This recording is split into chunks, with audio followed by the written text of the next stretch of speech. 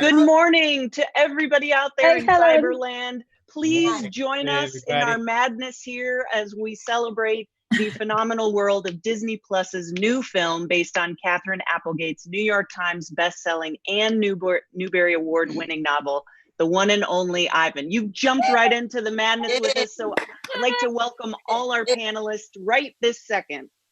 Very nice to be here. Very nice, very nice. Hello. Very nice. Hello, everyone. Hello, everybody. It just shows you that actors can't follow directions. We No. gotta I know, we bail can't on follow this. anything. Good. You're right. Curtain was still down. We walked out on stage. Pushed our way through. Oh, did you show how amazing Thea is for putting was- us, like, managing this bunch? Yeah. Yep, that's the thing. It's the magic of the circus, and you guys are here for it. And I'd just like to welcome everyone very specifically today. So we've got Bryan Cranston, Angelina Jolie, Sam Rockwell, Danny DeVito, Helen Mirren, Chaka Khan, Phillipa Soo, Brooklyn Prince, Arianna Greenblatt, Ramon Rodriguez, Ron Funches, Mike White, and director and master cat wrangler, Thea Sharrock. Yeah. Hey. Hi. Our fearless leader. Yes. Yes. Truly. Now, you guys, I'd like to kick this off by asking you all the same question. And so I'll give you a heads up with your name when we're going to come to you. But I actually think that the character Bob is rather prophetic. So one of the things that he said really caught my attention. He said, we're all a little artsy. And We are. I love that. And so I actually wanted to kick this off by asking everybody how you're a little bit artsy outside of your acting. Tell us a little bit about yourself, maybe something we don't know. Why don't we start with you, Bryan? Well, I agree with you. I think the character of Bob is a little pathetic. Is that? Is that Pathetic. I in this world of COVID-19 and lockdown, I've actually started baking sourdough bread, and quite proud of it. Actually, it's fun. In our world of self-motivation and developing your own characters, and it takes a lot of energy, but you don't really follow any rules. And so I thought, following a recipe is kind of fun in that regard. Really cool. But it's been fun. Do you grow the yeast and the? That'll be next. God, here we go. Yeah. And you do the whole thing and you let it rot, and then do you add things to it now, or you just, what kind of, do you make sourdough, or you make, what do you make? I make sourdough. I get the yeast from the back of your ears, and that is the starter that I use. Okay. That makes it extra sour. Okay, I get it. Let's try it. Danny, what is it? Okay. Well, very good. on the artsy thing, what first came to mind with me is when I first ran away from home at 16, I actually joined the circus. Wow. For 7 months. Wow, who knew? I ran away with this guy named Robert, who's lovely. I was with the Barnum and Bailey Blue Circus for about 6 or 7 months. We took a train. I didn't know what I was doing, where I was going, but I met this lovely guy named Bob at a club, and he was with the circus, and he asked me if I wanted to come along, and I went. And I actually was a rope girl, and I rode the elephant girl around the finale. I fell in love with an elephant named Calcutta, and I was a rope girl where they spin that rope around and you could put your foot on. It's really cool. It's great. So this really brought back. Oh yeah. Doing this film, this really brought back memories of the circus. I was thinking, well, what can I do today? I would love to. That's amazing. I'm in circus, yeah. Sort of. Danny, why don't you jump in there? You had a lot to say about sourdough. I would say, like, maybe I might get on the elephant for a bit, but no, I don't think the rope thing might be a little bit wacky for me. Well, because it's really spinning, right? Yeah, I couldn't do it today. Yeah. I'm young and crazy, and Where were you? What state was that? I'm from Chicago. Chicago. Wow, that was Yes. amazing. Born and raised in Hyde Park. Yeah. My Did you mom do it was out- outside Did you do it Chicago. outside of Chicago? Really? Just Uh-huh. in Chicago. Did you go every travel with the circus? I traveled almost. Did the Blue Circus at that time, doing the sort of not the middle, not quite south and not quite north, right in the middle. And we went as far west as maybe Cool. I don't even know. I forgot. But we went a little bit west and we came back. Probably. We probably all got to see you. We don't know. And you didn't even know it. Yeah. I've been hanging out since the all lockdown stuff and doing lots of stuff. A lot of communicating, talking on the phone, Yes. texting, Yeah. Zooming, whatever I can. But I also started, I had a tree planted in my yard. It's a really cool tree. It's a That's maple nice. tree, red maple. And it's really a very pretty tree. And I decided to hang a couple bird feeders on it. So, Love it. yeah. And all these little finches come. I mean, it's like now it's got very, very popular. They're about Yeah. six little perches on it around. And then there's the tree branches. And by now there's so many birds out. It's like I feel like it's like a deli where I've got to put you got to like grab a number because they're all waiting in line to go to the bird feeding. The squirrels are the ones that come after it. That's very true. So I've been doing battle with squirrels in a good way, just like slamming the door. No, nothing too violent, but yeah. Picture a long bird feeder, and the squirrels jump. Yeah, well, I have a hummingbird feeder. Yeah, But I don't hang it from a tree. I hang it I have it hanging to the tree. I pulled all the branches back, and then there's this one pole that comes down to grab the thing, and the squirrels would shinny down that pole and actually hold on to the bird feeder and stick their noses in and eat. Yeah. So I love it. I put a little cardboard hat on it. They're really bright. Those squirrels. Squirrels and I think Those guys confounded by my little cardboard hat. now what you guys are touching on is that a lot of us have been out in nature. That makes a lot of sense. Now, Sam, what about you? How are you a little bit artsy outside of your acting? Sadly, I have no hobbies except for lassoing. As Brooklyn and Danny know, so occasionally lasso a rubber trash can. But yeah, Bryan's baking bread. I hear Michael Fassbender races cars, and He's not in the movie. I'm impressed. I wish I had. I'm sort of a professional dog walker right now. That's about it. How about I could use a stroll, man. Yeah. Now, how about I would you, take you for a Angelina? stroll, Bob. How about you, Angelina? Oh God. I feel like I'm really boring. I spend a lot of time studying foreign policy. I'm like a closet. That's impressive. But I think my creativity is my kids. I think because I'm being with them and making up stories before bed or just being silly with them. I think really nothing I'm doing, just watching each of them become uniquely who they are and being around it and going into each of their, whether it be their rooms and talking to them or developing, helping them develop. It's not as much me, but it's my mom was like that. She was always, You're getting a lot out of that. Loved seeing You other may not know. people's creativity. It's another world. I was babysitting last night. I was babysitting all night because my daughter went to the studio and I had my grandson. He's 11. Oh, great. Been watching Avatar all freaking night.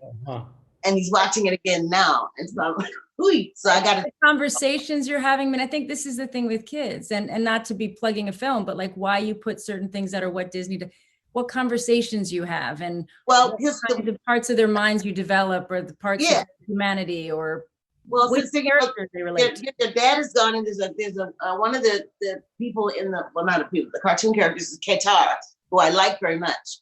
And she was talking to her father who had left her when she was very young. And he had the same experience.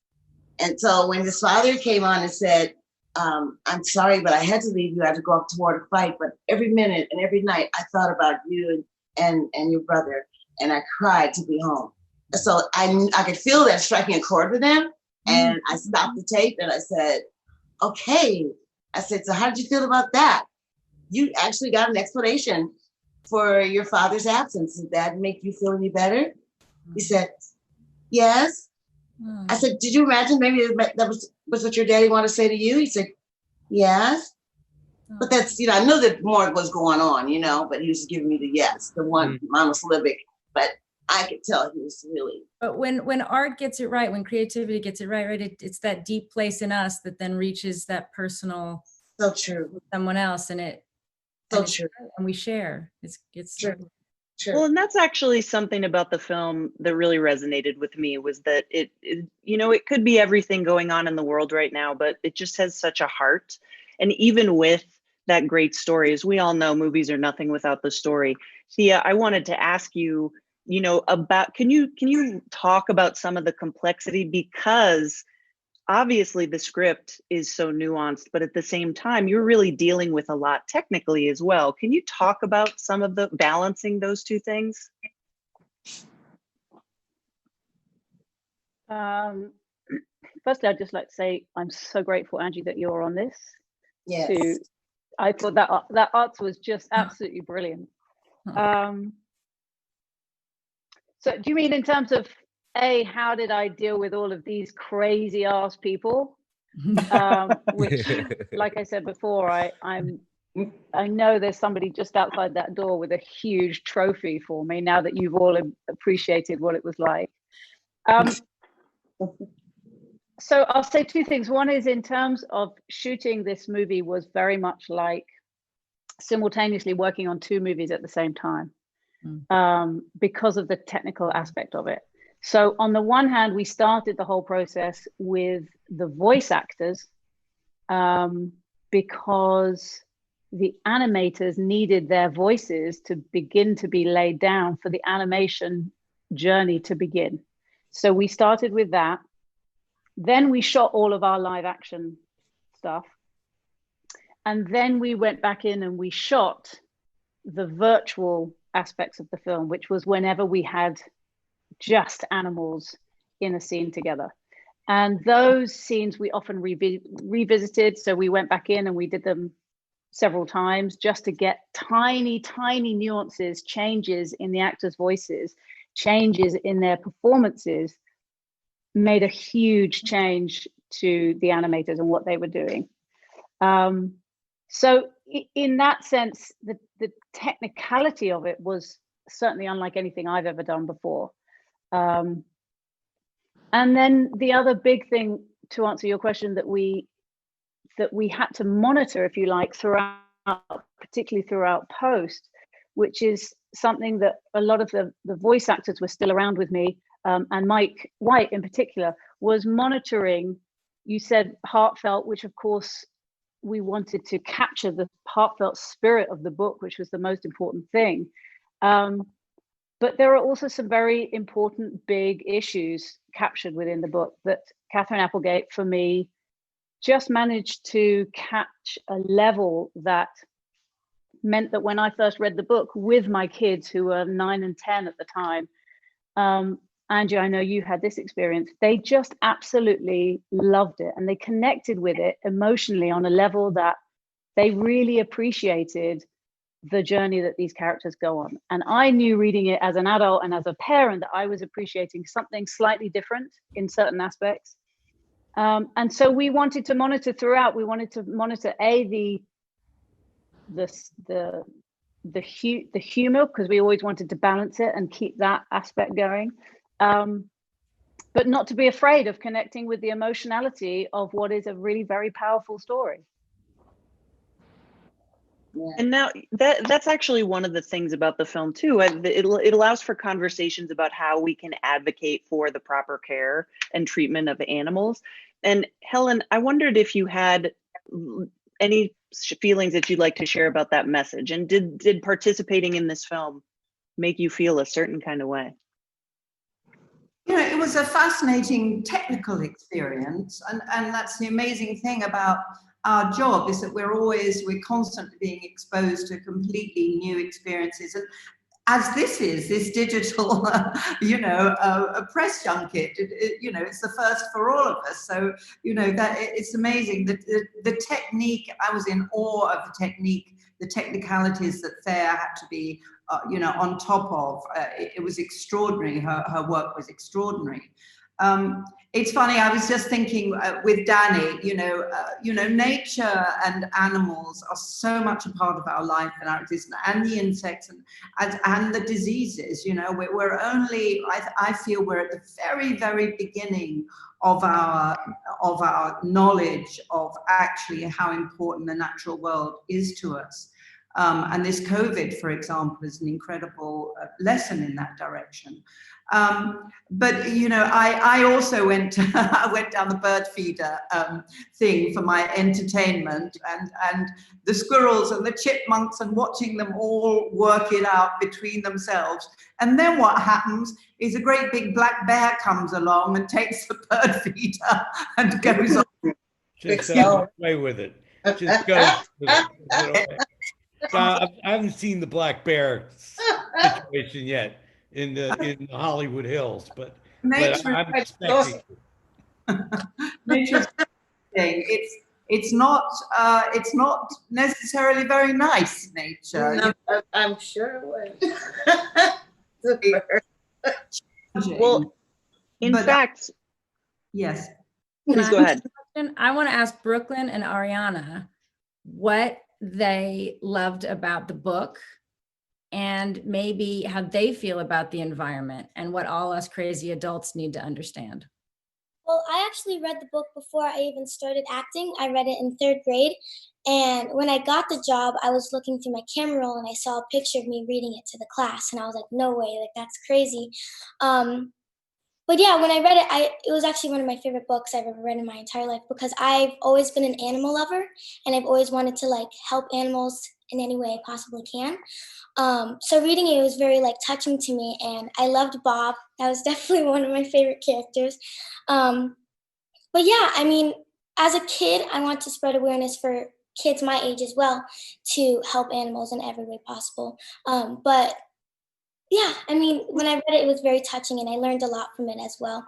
And I thought it was a really cool story. So especially when I met Catherine Applegate, it was a cool moment for me because I kind of just thanked her. I was like, thank you for like bringing awareness, especially for kids to read, to help animals. And like, I don't know, it was really cool. And I love art and painting and everything. So like combining my animal loving like side of me and my art side of me was really cool to see. And I'm just very thankful to play that character. Arianna, were those your drawings that were used in the film? Yes, actually. So when I had breaks during school, I actually like drew some of the drawings. So like the Bob one and like a few that you'll see. But yeah, it's really cool, and it was such a cool like opportunity for me to put my own art side into the movie, and it's something I'll always remember too. Man, you're like the Bob Ross of this group, I'll tell you. I love also your relationship with your dad in the movie. And I thought that it was so lovely seeing that a child, and the moment when you ask your dad to understand how to help. Right, yeah. Dad has to make the choice of his like professional career, his life, his responsibilities, or doing the right thing. Yeah. And that he is pushed from the child to understand that and the choice he makes. I love that moment. That's a cool moment for me to play, because like kids can also make change, and like especially as I'm so young, I want to make change as well. So like having that moment of the kid talking to the adult of how to help and how to change is a really cool moment. And Ramon is also a great person to play with, so that was cool. Brooklynn, what do you think about, so what are your thoughts on the book, and what do you think that you want to share with all of us adults? So I read the book with my grandma, my Mimi. Love you, memes. But also I read it out loud to my brother and my mom, and my brother was really young, and I remember reading it, and I honestly loved Ruby, but I think it teaches us a good lesson about keeping our promises, because, you know, Ruby would have never gotten free if Ivan did keep his promise to Stella. And I think that's something very beautiful. But I love the book so much that I lended it to my best friend, and I told her to read it because it was something so special. And I loved Bob, and because he was like so funny. But I also loved the sentiment that of love, and like how Ivan doesn't care for Ruby in the first place, but even though he doesn't care for Ruby, and then like when Stella kind of tells him to keep his promise, or tells him that he has to promise to get Ruby, or he makes the promise to get Ruby out in the wild, he works his best to do that, and that is something that a lesson that we can all take in. And I also heard that you had a very special outfit that you like to wear when you were recording. Can you tell us about that? Confirm or deny the rumor, please. It is confirmed. So I saw Angie 2 times. The first time I met her was at the Governor's Awards, and then I saw her at the Critics' Choice Award. When I saw her at the Critics' Choice Awards, I was like, hey, we should wear elephant onesies in the recording room. And I go home and I'm like, Mama, please buy me an Angie elephant onesies. And my mom was like, I'm buying Angelina Jolie an elephant onesie to match with my daughter. What even size does she wear? And my excitement when I got it. Yeah, I was like, and I was there and in the onesie, and I was bouncing around like a fart in a skit. I was like, when's Angie coming? When are we gonna wear elephant onesies? And my dad's like, it's probably hot, or she might forget it or something. She comes in, she's like, and she like drops off the stuff, and she's like, you got it for me? And so she put it on, and me and her have a selfie together wearing our elephant onesies. But in the end, it got kind of hot, but we just tied it around our waists. But Angie also bought me the stuffed animal with a little baby elephant and a big elephant holding each other's trunks for Easter. I think it's safe to say we became like the elephant family, and we got really into our characters, us too. Yes. Love it. I highly recommend to everybody that doesn't already own a onesie to do it. It will change your life. Sam, I wanted to ask you a question from Ben O'Shea. He wants to know, thanks to COVID-19, humans around the world are cooped up in their homes right now, a lot like the animals in the mall. So what can the one and only Ivan teach us about getting through this predicament? Oh, boy. Yeah. Like Papillon or something. Yeah, that's a good question. I don't really know the answer to that, but I think Ivan would definitely have something to teach us for sure about isolation. Yeah, the real story is if you've seen the documentary, it's really moving, and it's a heartbreaking story, the real story. So I'm sure that Ivan would have something to say about it. I think you're relying on your friends, being in that circle of the closest circle that you have, especially we're in the pandemic. You're looking for your family or your friends that are the people that are you're socially distancing from, but that are the safest. So you try to do that, and also then you got, you had a TV and we had a TV we watched in the domain. Bryan gave us Mack gave us a TV. You, not me. He wouldn't give me a TV. So we watched a lot of. Yes, that's right. We were very familiar with all the hit shows of the day. Yeah, we knew exactly what was going on. All the westerns were the best. Rawhide, sure. Yeah. Cut them off at the pass, baby. Right. And you know what? Oh God, these are all so good. Speaking of friends, I'd like to talk to our parrot and our bunny friend. That's Phillipa and Ron. I wanted to ask you a very serious question about how you got into the right frame of mind to play your character. Ha! Ron, would you like to go first? Oh, ladies first, please. You first. Well, it was very simple. I thought to myself, what do parrots do? Aside from Gilbert Gottfried's performance in The Lion King, I thought just look up some parrot videos, and I did. And then I tried to make my squawkiest, most parody sound in my house for everyone else to hear. And I actually asked my husband, I was like, does this sound parody enough? And he was like, totally, that's great. So I was just walking around my house being like, for like an hour. Very artsy. Mine was very simple. I don't really have many voices. I don't do, I'm pretty new. I've only been acting for like 6 years. I don't even know how I got on this Zoom call, really. I'm just happy to see these people. So I just did my voice, and then sometimes they would tell me to change it a little bit. And then sometimes Danny would tell me to try different things. And then I would say, okay, Danny, you're very aggressive for your frame. So of course I will listen to you. And then that was pretty much it for me. And then, and in turn, now I'm in like a lot of movies and TV shows. So let's just keep it going. There you go. And do you find yourself with a new affinity for fire trucks? I've always loved fire trucks. They are my favorite of all trucks. They have a truck that has the most power and also has water. How could you hate a fire truck? And if I could live my whole life in a fire truck like a bunny, I would do that. I understand Murphy's position the whole time.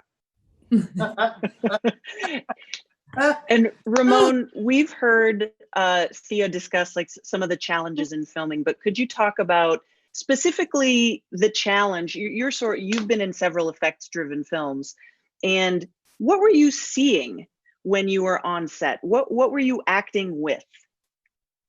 Well, some amazing people. I mean, one of the greatest gifts and one of the greatest challenges was probably Bryan Cranston. Incredibly gifted and wonderful. Boy, oh boy, he'd like break into his little Walter White character every once in a while and start getting a little aggressive. But it was really interesting to see some of the characters that played, Ivan, Ben Bishop, who was amazing. He'd be wearing like a spandex all over his body and these stilts, but he really, when I watched the film, I could actually see so much of his performance. I could see so much of what he gave to that character's physicality, the eye. It was really kind of incredible to work along him. And even, there was a character that played Ruby that would get into this small baby green elephant outfit and be walking around the set. And after a while, you'd kind of just go, that's a baby elephant. It was actually nice to have that.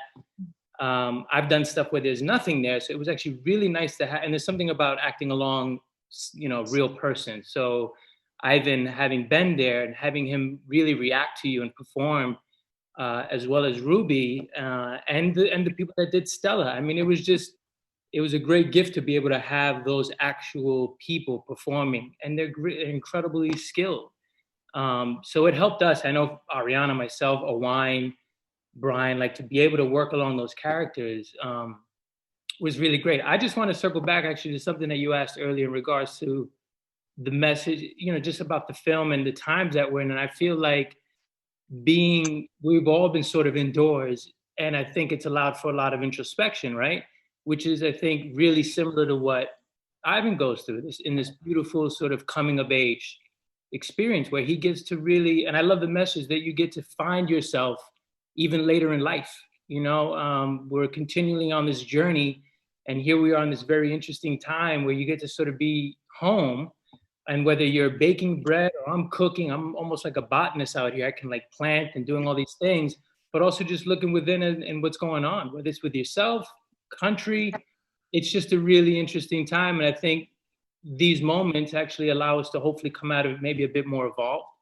And I think for Ivan, that's exactly his experience. So I think that's a pretty powerful message, and in particular to where we are right now.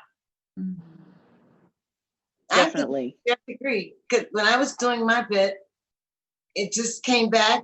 We tried. I mean, when I first came in, Danny was saying like, do more you, like you say it. Do more. So my major experience in doing this part of Henrietta was just to be me, come back and find myself, and to do that. Yeah. And that was actually something that I wanted to ask you, Chaka. Is there like a particular aspect of Henrietta that you feel like is very deeply you? Because she's fun. Yeah. Henrietta and I are very much alike. I'm like usually the one that the person that people come to when they want the truth, but they don't want it to, they want it told in a sort of a funny way. But the real truth, yeah, if you want the truth, don't ask me. You know, it's like that. But so I'm gonna give it to you. But yeah, I found Henrietta being like very, I mean, I just came back to me. That's how I am. Yeah, Henrietta, I think, is a great ambassador for me to just cut poultry out of my diet, period. Just so you know. Bryan, Juan Fernandez wanted to ask more about your character and how you're neither a full-on villain nor are you a full-on hero, but can you talk about what complexity your particular performance brought that might not have been in the script? Like, just talk to me about the acting craft. Well, I'm not a thespian for a reason. I mean, you know, I'm not an actor or actress for a reason. You could have fooled me, Chaka. But you know, what about you? So, going back to Bryan, what do you? The best thing I found, like I said, was myself in this character. We went around and around and around with it. How do I say this? How should I say that? Me and close the door. Me and Danny and Dan and I are going around in circles. How should I do this? And finally, when I said it without any thought, without thinking about it, just said it. Then everybody said, "Yeah, that's right. But just want to hear your essence." Well, that's the thing, and I mean that's what you guys have to bring to the table is your essence, and that's why I think that, you know, the character of Mack is also a really interesting one because you're sort of, there's a lot of pressure on that character. Bryan, can you talk about that? Well, it started with Mike's script, which resonated with me, and the plight of not just the animals and their particular emotional journey, but also with Mack. And I met with Thea a couple times before we started shooting, and we really discussed how we'd lay this out. And I too saw him as a man who has flaws, but also is attempting to make things right. Ivan was like a child to him, and so he wasn't about to abandon his child.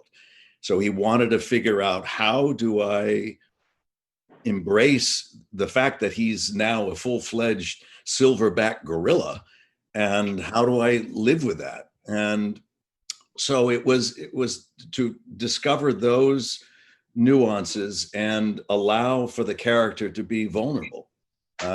So we talked about it, and I pitched the idea that Mack wears a wig, and that at one point the wig flies up and he's bald and it embarrasses him. And I also had a stomach pad to make him a little and that a girdle, so that when he's doing his master thing, that he would be wearing a girdle. And so those kind of things that were personal vulnerabilities that he didn't want people to see. So he was presenting himself as someone he wanted to project, but it wasn't really him. And at the end, then it came full circle. And Thea said, then at the end, we embrace, and he embraces who he truly is and allows himself to show who he really is at the end. No more wig, allowing himself to be who he is. And he's happy and proud to see that Ivan has moved into the next chapter in his life. And how much CG was involved in you riding a tiny bicycle, Bryan? No. You know, you look at a bicycle and you go, "Oh, I can ride that." It's actually much harder than it appears. No, CG, I rode the bicycle. It was difficult, but it was fun. And I fell down several times because it's slick, and your knees are basically up in your face when you're riding this whole thing. you know, I didn't, when I first saw the bicycle, I noticed on the side of it, it said property of Danny DeVito. And I went, oh. Was that Danny's idea? To work every day. I rode that to work every day. I kept it in my room. I knew it. Yeah. Fabulous. I take baths with it too. I bet you did. Yeah. Really nice. I know you did. Now, Mike, Jamie Philbrick with WeLiveEntertainment.com has a question for you. Please talk about the always challenging process of adaptation. You know, obviously it's heartbreaking to leave some things behind, but can you expand on that? Yeah, sure. I feel like I was really lucky because the book is so, the characters are so rich and it's so emotional and very soulful for a children's book or a young adult book. I don't know how you necessarily classify it, but yeah, I think that it needed like a structure, like a lot of these adaptations where you just need to make it more, have a more of a plot in a sense, because the plot isn't really front and center in the book. So that was the biggest challenge, and just giving Ivan and Mack and, you know, arcs. Mack's arc is pretty solid in the book, but, you know, Ivan having a, you know, an arc that is more, classic as far as like a Disney film would require. So that was the biggest challenge, and working with Thea and the producers and Disney, it was I think our biggest challenge as far as adaptation. And Angelina, what was it about this project? This question, by the way, comes from Courtney Howard. What was it about this project that made you want to take on a producer role in addition to lending your voice as a character? Well, thank you, Courtney. One of my children read the book and said that they loved it, and I read it, and we kind of talked about why it was special and why it meant so much to them, and so I started to pursue, where is it being made, what's happening, and started to get involved and looked at, and even the early drafts, it was very interesting. And one of the things Mike did that I think was very special is I'd seen it start to go down a road where it really started to become a light, fun kids like action, a simpler story. It was easy to somebody to come in and just try to pick a few threads and make it quite simple and add some action here and to really make it what it is intended to be. And Disney and Mike and everybody involved really to understand that it's hard. It's not a light film. It deals with heavy issues, but it is charming and fun and full of life. But it's deceptive in kind of what the packaging. So I thought very, very important, and wanted to get involved. I like the messages in it, and I'm excited that this young generation as well. I think all of us older people will appreciate it for many reasons, but I know this young generation is really very aware of what is happening in the world to our natural habitats, to these animals, what's happening in Congo and losing ground, what's happening with the gorillas, the elephants, and they're angry, and they want to really be clear about what kind of treatment is appropriate, what kind of captivity is appropriate, again, being against poaching, being against preservation of natural habitats. So I think this will, this represents them. It represents, Arianna's character represents them. And I think that's strong for them today, to see that their actions can make change. Oh yeah. And kind of in the same vein, Thea, Don K had a question. Can you discuss the challenges of addressing issues of animal captivity, that while also making it a fun, endearing film? Like, were there particular visuals you had decided against and things like that? Thank you, Don. Easy question. Yes, it was a big concern from the beginning to, again, try to not make it feel like a documentary. That's been made already on the real life story of Ivan the gorilla. And this is also, it's not just any studio, it's Disney. And so we definitely knew that there was a tone that we had to get right. And that was everything from Mike and I in the beginning working on the script and throughout, to endlessly looking with the designer, Molly Hughes, as to exactly how the domains would work physically, literally like how big the bars are, so that on camera they would have the right feel. And that sometimes there are some shots, obviously we chose very carefully when we came to edit it, that certain scenes, there are no bars to be seen whatsoever. And in other moments, we've chosen very carefully when the presence of the bars are there so that they are a constant reminder. You know, it's not easy when your leading character is behind bars for 80% of the movie.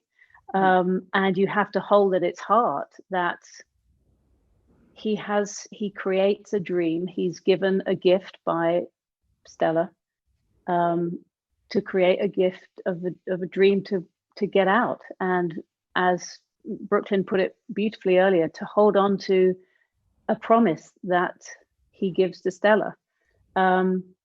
And so throughout the movie, for example, we also made the choice to have, there's next to no green used in the movie. So that when you get to either Ivan's flashbacks from when he's a kid, which we made as green as possible and made as like the Congo as possible, or the very end when he gets to where he needs to go. Again, we made that as green and as lush as possible. But every choice up to that point, with both the designer and the costume designer, we did everything to keep as much green away as possible. And if you look very carefully, the biggest decisions we had to make, I thought, because I'm a Brit, and then I realized this wasn't going to be a problem, was exit signs that over here are green, but I don't think they are in America. So although there's a nice symbolism in that, we didn't even have to deal with that. So actually, yeah, that was one of the main decisions that we made very, very early on. That's so interesting. You thought that really does. It makes an impact. I didn't realize that, but thinking of the film, it does make a huge, strong choice. Now, believe it or not, we've almost reached the very end of today's press conference, but I won't forgive myself if I don't ask Danny DeVito, how much of yourself did you put into Bob the dog? Let's see. Well, first of all, it was a pleasure being in this movie. I love working with everybody in the film, and Mike and Thea and all the characters that were with me in the, I mean, I'm an animated dog, so I kind of spoke with Sam and Helen and everybody, you know, but I put a lot in the character. I feel like the thing about Bob for me was I wanted a friend. I always wanted a bigger brother in my life, and I want an older brother. Now, I don't know if he's older than I am, but I know he's bigger than I am, and that gorilla was my best friend, is my best friend. And, you know, I always wanted a soft place to sleep, and his belly is just so soft. And I could just think about right now just sinking into that belly and maybe eating a little piece of pizza first and watching some cowboy movies and just let my eyes go and go to sleep with them. You're making me sleepy. I'm sorry. I had a great One time. and only Bob next. Greg, can I just quickly say thank you all to all of you. Obviously, we should really be standing on some podium somewhere, passing a mic down the line, welcoming everybody to come in and see our movie. And so sadly, we can't be in cinemas at the moment, but at least we are blessed with having the option of putting it right out there to everybody on Disney Plus. But thank you all so much, all of you, for everything that you put into this movie. It's so cool to see you all together, because I never got this. I never got this moment. I had you in little pieces, and now I've got all of you. So it's amazing. Thank you all so much for doing this, and for, as I said, everything that you put into the movie. You're all brilliant, and I'm really, really proud of it. Yeah. Thank And you. that- You did an amazing job. It's You're the great best, seeing your Dave. film. Me too. That's exactly why she is the master of herding cats. Yes. And we have already reached the end of today's press conference. And so for all of our participants, you are now welcome to wave and say goodbye, turn off your video and mute yourselves. And Bye, Bye, everyone. Bye. Bye, everyone. Bye, celebrities. Participating. Bye, everyone. Bye, Rod. you. Bye, Angelina. May everyone watching, may your days be full of soft bellies and pizza.